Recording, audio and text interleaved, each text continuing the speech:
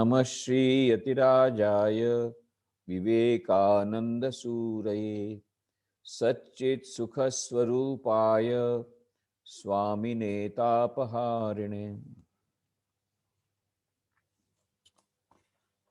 दरबार गोपालदास शिक्षण महाविद्यालय अलियावाड़ाना બધા જ વિદ્યાર્થીઓ, ભાવિ શિક્ષક ભાઈ બહેનો, પ્રિન્સિપાલ ડૉક્ટર રૂપલ માકડ, અન્ય શિક્ષક ભાઈ બહેનો અને ભાવિ શિક્ષક ભાઈ બહેનો, સૌપ્રથમ તો હું દરબાર ગોપાલદાસ શિક્ષણ મહાવિદ્યાલય અલિયાવાડાને હાર્દિક અભિનંદન આપું છું કે આવું સુંદર આયોજન આજે કર્યું છે રાષ્ટ્રીય યુવા દિનના પ્રસંગે. જેમ આપ સૌ જાણો છો કે 1985 થી આપણો દેશ સ્વામી વિવેકાનંદ જન્મદિન 12મી જાન્યુઆરીને રાષ્ટ્રીય યુવા દિન તરીકે ઉજવે છે. 1985 ઇન્ટરનેશનલ યુથ યર, આંતરરાષ્ટ્રીય યુવા વર્ષના ઉપલક્ષમાં ત્યારે ભારત સરકારે નક્કી કર્યું કે એક દિવસ યુવાનોને સમર્પિત હોવો જોઈએ. તો જેમ ડૉક્ટર રાધાકૃષ્ણના જન્મદિનને શિક્ષક દિન તરીકે ઉજવવામાં આવે છે, એવી રીતે એક દિવસ યુવાનોને સમર્પિત હોવો જોઈએ. અને ત્યારે કમિટીનું નિર્માણ કરવામાં આવ્યું અને કમિટીએ એવું મંતવ્ય આપ્યું કે સ્વામી વિવેકાનંદનો જે સંદેશ છે એ આજના યુવકો માટે અત્યંત પ્રેરણાદાયી નીવડી શકે તેમ છે. અને એટલા માટે સ્વામી વિવેકાનંદના જન્મદિનને 12મી જાન્યુઆરીને રાષ્ટ્રીય યુવા દિન તરીકે ઉજવવો જોઈએ. એટલે 1985 થી આપણો દેશ સ્વામી વિવેકાનંદ જન્મદિનને રાષ્ટ્રીય યુવા દિન તરીકે ઉજવે છે. ત્યારે આ પ્રસંગે દર વર્ષે જે આ મહાવિદ્યાલય દ્વારા સ્વામી વિવેકાનંદ જન્મદિનની ઉજવણી થઈ રહી છે એ માટે ખરેખર એ સ્તુત્ય કાર્ય છે અને અભિનંદનને પાત્ર છે. તો આજે આપણે સ્વામી વિવેકાનંદના સંદેશને થોડોક વાગોડીએ. સ્વામી વિવેકાનંદે કહ્યું હતું, ઉત્તિષ્ઠત જાગ્રત પ્રાપ્ય વરાન નિબોધત. ઉઠો, જાગો અને ધ્યેય પ્રાપ્તિ સુધી મંડ્યા રહો. આપણે આ સંદેશો લીધો ખરો. આ સંદેશો સ્વામીજી ક્યારે આપ્યો હતો? સ્વામીજી જ્યારે અમેરિકામાં શિકાગો ધર્મસભામાં એમણે પોતાનું ઐતિહાસિક ભાષણ આપ્યું, એ તો તમે સૌ જાણો છો, 11મી સપ્ટેમ્બર 1893. અને પછી ત્યાં થોડાક 3.5 વર્ષો સુધી રહી ગયા અને પશ્ચિમના દેશોમાં વેદાંતનો પ્રચાર પ્રસાર કરી ત્યાંના લોકોને જે મનની અશાંતિ હતી એ અશાંતિ એમણે દૂર કરી અને વેદાંતનો સંદેશો આપ્યો, 4 યોગોનો સંદેશો આપ્યો, રાજયોગ, ભક્તિયોગ, જ્ઞાનયોગ, કર્મયોગ. અને પછી ભારત આવ્યા ત્યારે એક વિશ્વ વિજેતાનું જ્યારે સ્વાગત થાય જેવી રીતે એવું એમનું સ્વાગત થયું દરેક જગ્યાએ. કોલંબોમાં સૌથી પહેલા આવ્યા. કોલંબો ત્યારે ભારત વર્ષમાં હતું. કોલંબોથી લઈને પછી રામનાથ, રામેશ્વરમ, મદ્રાસ, હવે ચેન્નઈ જેને કહેવામાં આવે છે, કલકત્તા જેને કોલકાતા અત્યારે કહેવામાં આવે છે, એમ કરતાં કરતાં અલમોડા સુધી સ્વામી વિવેકાનંદજી ગયા હતા. અને જ્યાં જ્યાં ગયા તેમનું ભવ્ય સ્વાગત કરવામાં આવ્યું. અને ભવ્ય સ્વાગતના ઉત્તરમાં એમણે જે ભાષણો આપ્યા છે, અગ્નિમય ભાષણો, અત્યંત પ્રેરણાદાયી ભાષણો, અને એ બધા ભાષણો એ જે છે એ બધા જ સંકલિત કરવામાં આવ્યા છે. અને પુસ્તકનું નામ છે lectures from Colombo two Almora. ભારતમાં આપેલા ભાષણો ગુજરાતીમાં એનો અનુવાદ થયો છે. અને આ પુસ્તકો, આ જ્યારે ભાષણો વાંચીએ છીએ ત્યારે સ્વામી વિવેકાનંદમાં કેટલી બધી દેશભક્તિ એની આપણને વાત ખબર પડે છે. અને એમાં આપણે વારંવાર જોઈએ છીએ એક જ વાક્ય સ્વામી વિવેકાનંદ કહે છે, ઉત્થો ઉત્તિષ્ઠત જાગ્રત પ્રાપ્ય વરાન નિબોધત. ઉઠો, જાગો અને લક્ષ્ય પ્રાપ્તિ સુધી મંડ્યા રહો. આ એક જ સંદેશ એમણે ત્યારે આપ્યો બધાને. આખો દેશ જાગી ગયો. સેંકડો વર્ષથી ગુલામીની નિદ્રામાં સૂતેલો રાષ્ટ્ર, એ સૂતેલું રાષ્ટ્ર એ જાગી ગયું. દેશવાસીઓ જાગી ગયા અને તરત જ સ્વામી વિવેકાનંદ કહ્યું હતું, liberty is the first condition of growth. સ્વાધીનતા એ વિકાસની પ્રથમ શરત છે.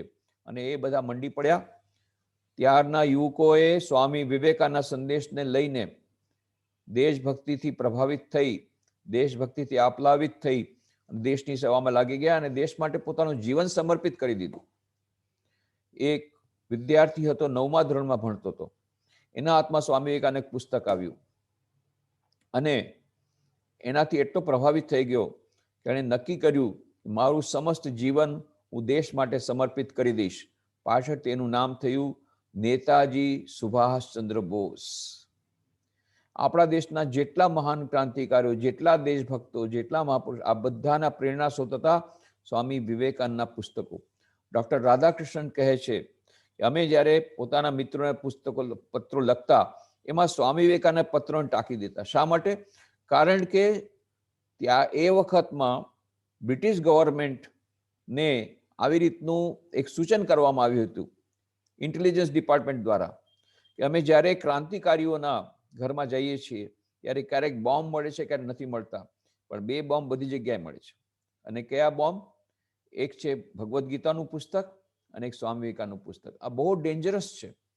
આ પુસ્તકને કારણે આ બધા ક્રાંતિકારીઓ આટલા બધા આગળ વધી ગયા છે. માટે સ્વામી વિવેકાનંદના પુસ્તકો પર પ્રતિબંધ મૂકવો જોઈએ એવી વાત ઇન્ટેલિજન્સ ડિપાર્ટમેન્ટે ભારત સરકાર, બ્રિટિશ ગવર્મેન્ટને કરેલી છે.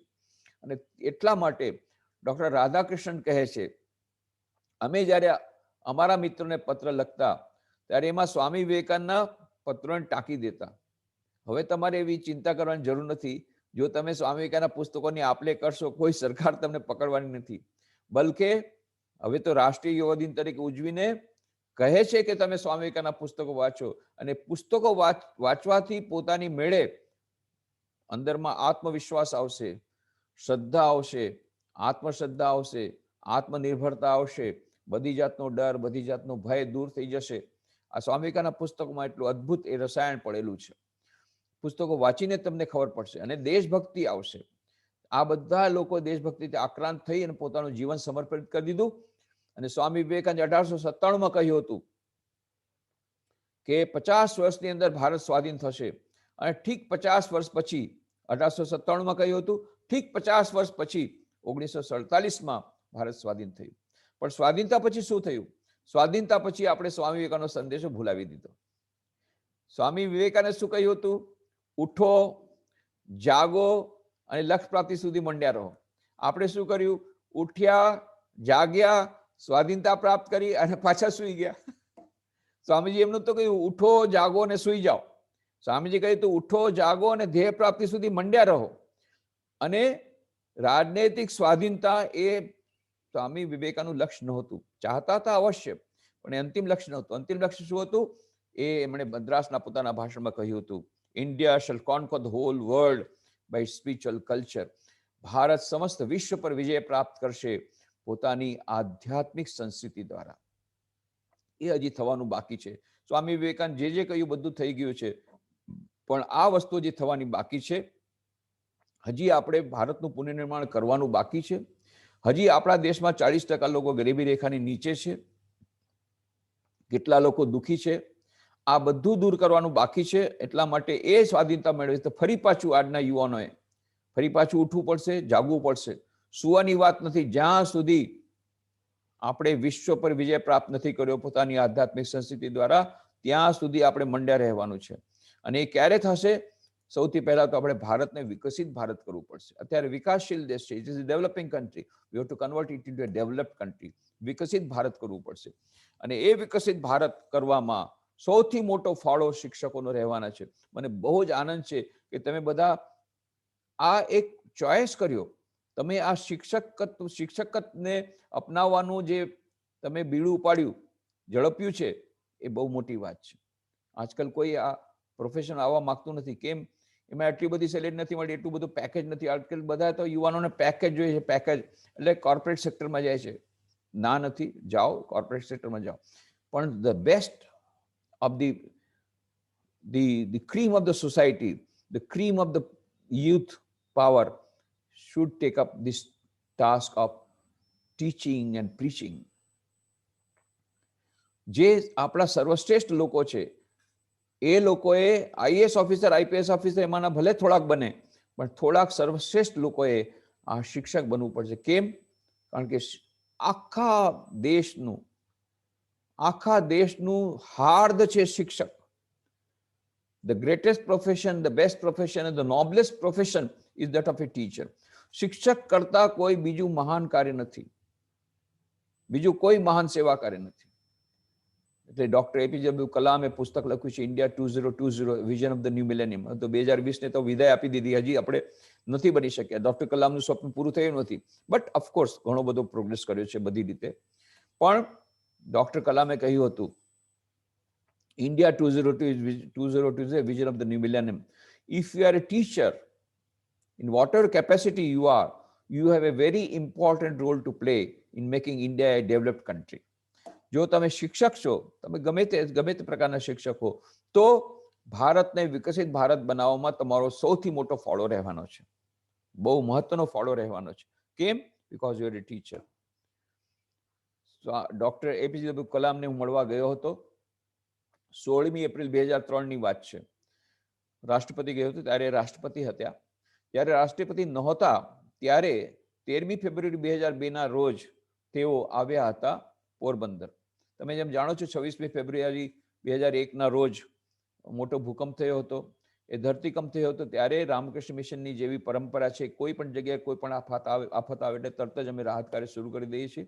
એટલે જ્યારે આ મોટો ભૂકંપ આવ્યો એટલે તરત જ અમે લોકોએ એ ફાળો એકઠું કર્યો અને 20 કરોડ રૂપિયા ભેગા કરી અને 81 શાળાઓ બનાવી, સરકારી શાળાઓની પુનર્નિર્માણ કર્યું અને 6 વસાહતો બનાવી અને બધું લોકોને સમર્પિત કરી દીધી. આવી 81 શાળાઓમાંની 37 શાળાઓ અમે પોરબંદરમાં બનાવી હતી. ત્યારે હું પોરબંદરમાં હતો અને એમાંની એક શાળાનું ઉદ્ઘાટન ડોક્ટર એપીજે અબ્દુલ કલામે કર્યું હતું અને 3000 યુવાનોને બહુ સુંદર સંબોધન કર્યું હતું. એની વાત કહેવાનો આજે ટાઈમ નથી. બહુ સુંદર, એ તમને યુટ્યુબમાં મળી જશે, બહુ સુંદર લેક્ચર છે એમનું. અને એ પછી એની અમે વિડીયો બનાવી હતી. એ વખતે સીડીનો જમાનો હતો, હવે પેનડ્રાઈવનો જમાનો આવી ગયો ત્યારે. તો એ સીડી દેવા માટે હું ગયો હતો. મેં એમને સીડી તો આપી અને એમણે કહ્યું કે ડોક્ટર કલામ, તમે તો ભારતને વિકસિત ભારત બનાવવા માંગો છો, બહુ સુંદર વાત છે. બધી બહુ પ્લાનિંગની પણ તમે 5 યર પ્લાનિંગની પણ વાત કરી છે. બધા 5 યર પ્લાનમાં કેવી રીતે ડોક્યુમેન્ટ્સનું પણ તમે વાત કરી છે. પણ હું તમને સાચું કહું છું, તમે વર્લ્ડ બેંકમાંથી ગમે એટલો પૈસો લાવશો, આપણો જીડીપી ગ્રોથ કદાચ થઈ જશે, પણ આપણે ગરીબો જ રહેશે. કેમ સ્વામીજી? કેમ? ગંભીર થઈ ગયા તેઓ. વાય સ્વામીજી? મેં કીધું for the simple reason, the former Prime Minister of India said that if you put 1 rupee into the 5-year plan, only 15 paisa comes to the grassroots level farmer. I am afraid even 5 paisa is coming out or not. પૂર્વના ભારતના પ્રધાનમંત્રી કહ્યું હતું, બધા લોકો નામ જાણે છે, કે 1 રૂપિયો તમે નાખો યોજનાઓમાં તો છેવાડાના મનુષ્યના હાથમાં તો 15 પૈસા જ આવે છે. એ તો ત્યારની વાત, હવે તો 5 પૈસા નહીં આવતા. અને જ્યાં સુધી આવે ત્યાં સુધીમાં પેલો ખેડૂત તો આત્મહત્યા કરી લે છે. rampant corruption in the country today. એટલો બધો ભ્રષ્ટાચાર છે. અને મેં ડોક્ટર કલામને કહ્યું, હું ન્યૂઝપેપર રિપોર્ટમાંથી નથી કહી રહ્યો, મેં પોતે જોયેલું છે. હું બિહારમાં હતો 10 વર્ષ સુધી, હવે તો ઝારખંડ થઈ ગયું રાંચીમાં, પણ બિહારમાં ત્યારે હતું. મેં પોતાને નજરે જોયેલું છે. એટલે હું કહું છું કે જ્યાં સુધી ભ્રષ્ટાચારને તમે નહીં મૂકો, એ ભ્રષ્ટાચારને તમે વિદાય નહીં આપો, ત્યાં સુધી આપણા દેશના ગરીબોનું કલ્યાણ થવાનું નથી. યોજના તો કેટલી બધી પડેલી છે, સારી યોજનાઓ છે, બહુ સરસ યોજનાઓ છે, પણ ભ્રષ્ટાચારને કારણે આ યોજનાઓનો લાભ એ લોકોને મળતો નથી. What is the solution Swamiji? Solution બતાવો. સમાધાન શું છે આ બધી સમસ્યાનું? I agree with you, yes, but what is the solution? Because only one solution. જે કામ આપણે 15મી ઓગસ્ટ કરવું જોતું હતું એ આજે કરવું પડશે. What is that? Swami Vivekananda કહ્યું હતું, education alone is the panacea of all our evils. શિક્ષા. આપણી બધી સમસ્યાઓનું એકમાત્ર સમાધાન છે શિક્ષા. પણ કેવી જાતની શિક્ષા? જેવી શિક્ષા વર્તમાન શિક્ષણ પદ્ધતિમાં આવે છે એવી નહીં. સ્વામી વિવેકાનંદ કેવી શિક્ષા ચાહતા હતા? એમણે કહ્યું હતું, what we want is man making education, character building education. મનુષ્ય નિર્માણકારી શિક્ષણ જોઈએ છે, ચરિત્ર નિર્માણ વાળું શિક્ષણ જોઈએ છે. અને આપણે ઘણી જગ્યાએ તો શું આપી છે ખબર છે?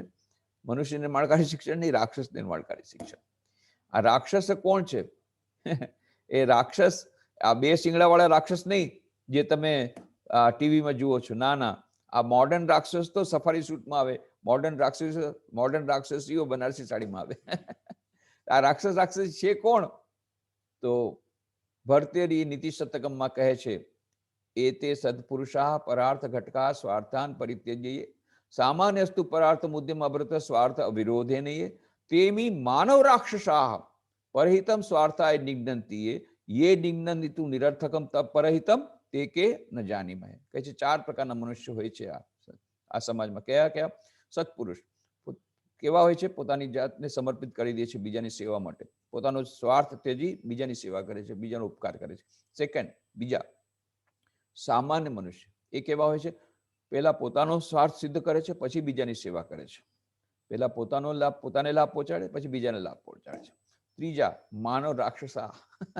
જોવામાં તો મનુષ્ય છે પણ છે રાક્ષસ જેવા. પોતાના નાનકડા સ્વાર્થની ખાતર બીજાનું ગમે એટલું નુકસાન કરવા તૈયાર થાય, એનું નામ માનવ રાક્ષસ. ક્યાં જોવા મળે છે? તમારા પાડોશમાં જ છે. એક એક્ઝિક્યુટિવ એન્જિનિયર શું કરે છે? ટેબલની નીચેથી 10 કરોડ રૂપિયા લઈ લે છે અને પછી એક્ઝિક્યુટિવ એન્જિનિયર કહે છે, પેલા બિલ્ડરને કહે છે, તું તારે સિમેન્ટમાં જેટલી રેતી મેળો. અને મોટો બાંધ તૈયાર થાય છે, મોટો સરસ ડેમ તૈયાર થઈ જાય છે. અને એમાં સિમેન્ટ તો બહુ ઓછી છે, રેતી જ રેતી છે. અને પછી જ્યારે બાંધ તૈયાર થઈ ગયો, ડેમ તૈયાર થઈ ગયો, હવે ઇનોગ્રેશન કરવું પડશે. ઉદઘાટન કરવા માટે મંત્રીશ્રીને કહેવામાં આવે છે, મંત્રીશ્રીને સમય નથી મળતો. એટલામાં તો બહુ જોરદાર વરસાદ આવે છે અને ડેમ ધરાશયી થઈ જાય છે વરસાદને કારણે. કારણ કે એમાં સિમેન્ટ તો હતી જ નહીં, રેતી જ રેતી હતી. અને હજારો બેઘરવાર થઈ જાય છે, સેંકડો લોકો મરી જાય છે, દેશને કરોડોનું નુકસાન થાય છે. પણ પેલો એક્ઝિક્યુટિવ એન્જિનિયર શું કહે છે? કોઈ બાત નહીં, मेरा तो मकान बन गया 10 करोड़ में, देश जाए भाड़ में, समाज जाए भाड़ में. આવા મનુષ્યનું નિર્માણ આપણે આપણી શિક્ષણ પદ્ધતિમાં કરી રહ્યા છીએ. અને જ્યાં સુધી આવા મનુષ્ય નિર્માણ થશે, રાક્ષસોનું નિર્માણ આપણે કરી રહ્યા છીએ. એટલા માટે સ્વામીજી કહેતા હતા, મનુષ્ય નિર્માણકારી શિક્ષણ, રાક્ષસ નિર્માણકારી શિક્ષણ નહીં. અને પછી ચોથી વાત કહે છે ભર્તૃહરિ, ચોથા પ્રકારના મનુષ્ય છે પણ એનું નામ મને નથી આવડતું. સત્પુરુષ, સામાન્ય મનુષ્ય, માનવ રાક્ષસા. ચોથાનું નામ શું આપવું? કારણ કે આ માનવ રાક્ષસા કરતા પણ વધારે ખરાબ છે. ત્રીજા તો એવા હોય છે પોતાના નાનકડા સ્વાર્થને ખાતર બીજાનું નુકસાન કરે. આ ચોથા તો એવા હોય છે કે પોતાનો કોઈ ફાયદો ન થતો, બીજાના નુકસાનમાં જેને આનંદ આવે. કોઈના ઘરમાં આગ લાગી, બહુ મજા આવી. અરે પણ તમને કઈ ફાયદો થયો? ના, એના ઘરમાં આગ લાગી, બહુ મજા આવી. પેલા શિક્ષકનું ડિમોશન થઈ ગયું, બહુ સરસ, બહુ આગ લાગી, બહુ સરસ, બહુ થઈ. અરે પણ તમને કઈ ફાયદો થયો? ના, પણ એનું ડિમોશન થી મને બહુ સરસ લાગ્યું. કોઈ પરીક્ષામાં કોઈ વિદ્યાર્થી ફેલ થઈ ગયો, વાહ વાહ, બહુ મજા આવી, મજા. પણ તને એકે નંબર જાજો મળે નહીં, પેલો ફેલ થઈ ગયો, મને બહુ મજા આવી ગઈ. પોતાનો કોઈ ફાયદો ન થાય તો બીજા નુકસાનમાં જેને આનંદ આવે, આ ચોથા પ્રકારના છે. આ 4 પ્રકારના મનુષ્યની વાત ભર્તૃએ કરી છે. અને મેં હમણાં લેટેસ્ટ રિસર્ચ કરી છે 5મા પ્રકારના. કદાચ ભર્તૃ સમય નહીં હોય. હવે 5માનું નામ કેવી રીતે દઉં? તે કે ન જાની મેં. ચોથાનું પણ તે કે ન જાની મેં. 5માનું કેવી રીતે દઉં? પણ એનું કામ બતાવી દઉં. ચોથા એવા હોય છે પોતાનો કોઈ ફાયદો ન થાય, બીજા નુકસાનમાં જેને આનંદ આવે. 5મા પ્રકારના એવા હોય છે બીજાના નુકસાનમાં એટલો બધો આનંદ આવે કે પોતાનું નુકસાન કરે, બીજાનું નુકસાન કરે. એટલે એરોપ્લેનમાં બેસી જાય અને વર્લ્ડ ટાવરથી ટકરાવે, હજારોને મારી નાખ્યા, કેટલી મજા આવી ગઈ. ભલે હું મરી ગયો, કાંઈ વાંધો, મને મારી નાખ્યા ને હજારોને, બહુ આનંદ આવી ગયો. બીજાને મારવામાં એટલો આનંદ આવ્યો કે પોતાને મારી નાખે. મારી ભલે 2 આંખ ફૂટી જાય, પણ પાડોશી કૂવામાં પડીને મરી જાય. આ છે 5મા પ્રકારના. અત્યારે આપણા સમાજમાં માનવ રાક્ષસા ત્રીજા પ્રકારના, ચોથા પ્રકારના, 5મા પ્રકારના આ મનુષ્યની ભરમાર છે. સામાન્ય મનુષ્ય બહુ ઓછા છે અને સત્પુરુષ માઇક્રોસ્કોપથી જોવા પડે, માઇક્રોસ્કોપિક માઇનોરિટી. અને એટલા માટે સ્વામી વિવેકાનંદે કહ્યું છે, what we want is man making education, character building education. મનુષ્ય નિર્માણકારી શિક્ષણ જોઈએ, ચરિત્ર નિર્માણવાળું શિક્ષણ જોઈએ. અને એ મનુષ્ય નિર્માણકારી શિક્ષણ આજે દેવામાં નથી આવતું. એટલા માટે મેં ડૉક્ટર કલામને કહ્યું, અમે અમારી જેટલી શૈક્ષણિક સંસ્થાઓ છે, જે 150 શૈક્ષણિક સંસ્થાઓમાં લગભગ 3 લાખ વિદ્યાર્થીઓ ભણે છે અને એના પર નોન ફોર્મલ એજ્યુકેશન સેન્ટર છે, આ બધામાં અમે આવી રીતનું કેરેક્ટર બિલ્ડિંગ એજ્યુકેશન દેવાનો પ્રયત્ન કરી છે. એ સિવાય અમારી પાસે ઘણી બધી એવી સંસ્થાઓ છે કે જે માત્ર મૂલ્ય શિક્ષણ આપે છે, મૂલ્યનિષ્ઠ શિક્ષણ આપે છે. જેમ કે હૈદરાબાદમાં છે Vivekananda institute of human excellence, મૈસૂરમાં છે Ramakrishna institute of moral and spiritual education, અને હવે પોરબંદરમાં અમે સ્ટાર્ટ કરવા માંગીએ છીએ Vivekananda institute of value education and culture, Vivek. અને અમારી એવી ઈચ્છા છે કે એનું ઉદ્ઘાટન તમારા દ્વારા થાય, એવું મેં ડૉક્ટર કલામને કહ્યું. ડૉક્ટર કલામ કહ્યું surely Swamiji I will come. એમણે વચન આપ્યું કે હું આવીશ. પણ મેં કહ્યું ડૉક્ટર કલામને, but I want you on 12 January. મારે સ્વામી વિવેકાનંદના જન્મદિવસે એનું ઉદ્ઘાટન કરવું છે. અને ખરેખર એમણે વચન પાડ્યું. 12મી જાન્યુઆરી 2006ના રોજ રાષ્ટ્રીય યુવા દિનના પ્રસંગે ડૉક્ટર કલામ આવ્યા, પોરબંદર આવ્યા અને 5000 યુવાનોને સંબોધન કર્યું અને Vivekananda institute of value education કલ્ચરનું ઉદ્ઘાટન કર્યું. અને આ 5000 વિદ્યાર્થીઓને સંબોધન કર્યું. એમાં એમણે સૌથી પહેલા તો સ્વામી વિવેકાનંદજી કેવી રીતે જમશેદજી ટાટાને પ્રેરણા આપી હતી ઇન્ડિયન ઇન્સ્ટિટ્યૂટ ઓફ સાયન્સનો પ્રારંભ કરવા માટે. જ્યારે જહાજમાં એક સાથે જતા હતા, સ્વામી વિવેકાનંદ શિકાગો વિશ્વ ધર્મ સભામાં ભાગ લેવા જતા હતા અને જમશેદજી ટાટા કોલંબિયન એક્સપોઝિશન માટે જતા હતા, ત્યારે એના માટે કરાવ્યું. એ બધી વાતો કરીને પછી એમણે વિદ્યાર્થીઓને પ્રશ્નના ઉત્તર આપ્યા. એક વિદ્યાર્થી ઉભો થઈ ગયો, sir, operation Duryodhan, operation Chakravyuh and other operations have revealed the tip of the iceberg that is rampant corruption in the country today. Sir, આપણા દેશમાં આટલો બધો ભ્રષ્ટાચાર છે, તમે રાષ્ટ્રપતિ તરીકે તમને કેવું લાગે છે? ત્યારે રાષ્ટ્રપતિ ઉભા થઈ ગયા ડૉક્ટર કલામ અને કે you see the parliament has already taken some action on those MPs. અને પછી એમણે સ્વામી વિવેકાનંદનું પુસ્તક હાથમાં લીધું. આમાંનું એક વાક્ય અને વાંચીને સંભળાવ્યું, જેમાં વાક્યમાં શું લખેલું હતું? No number of parliament acts can make a nation good, can make a nation great. તમે ગમે એટલા સંસદના નિયમો બનાવી લો, એનાથી મનુષ્ય સારા નહીં બને અને દેશ સારું નહીં બને અને દેશ મહાન નહીં બને. તો what can make a nation good and what can make a nation great? ત્યારે પાછું એમણે વાંચીને સંભળાવ્યું, only a large number of good enlighten citizens can make a nation good, can make a nation great. જ્યારે આપણા દેશમાં વધારે વધારે લોકો પ્રબુદ્ધ નાગરિક બનશે, સારા બનશે, ત્યારે દેશ સારો થશે અને ત્યારે દેશ મહાન બનશે. અને પછી એમણે કહ્યું, the government can not produce good people and the government will not produce good people. એ પણ એમણે કહી દીધું. સરકાર સારા મનુષ્યો બનાવી શકે નહીં, તો હુ કેન ડુ ઇટ? કોણ કરી શકે? ત્યારે એમણે કહ્યું, only 3 persons can do it, only 3. Who are they? Father, mother and the teacher. માતા, પિતા અને શિક્ષક. આ લોકો જ ભાવિ મનુષ્યનું નિર્માણ કરી શકે. રાક્ષસોને બદલે સારા મનુષ્યનું નિર્માણ કરી, સત્પુરુષોનું નિર્માણ કરી આપણા દેશને આખું પરિવર્તન આપી શકે. એટલા માટે હું કહું છું, the teacher's job is the best profession, noblest profession. કેમ? આવતીકાલના નાગરિકોનું ઘડતર તમારા દ્વારા થવાનું છે. અને એટલા માટે ખૂબ ખૂબ અભિનંદન આપું છું દરબાર ગોપાલદાસ શિક્ષણ મહાવિદ્યાલય અલિયાવાડાને. આવી રીતનો આજે કાર્યક્રમ જ્યારે કર્યો છે, ત્યારે બધા જે શિક્ષક ભાઈ બહેનો અને ભાવિ શિક્ષક ભાઈ બહેનો જેમાં ભાગ લઈ રહ્યા છે, એમને ખૂબ ખૂબ અભિનંદન આપું છું કે તમે આ મહાનમાં મહાન એક અત્યંત એક ઉમદા એવી સેવા બજાવી રહ્યા છો અને બજાવવાના છો. એ મનમાં રાખવાનું છે.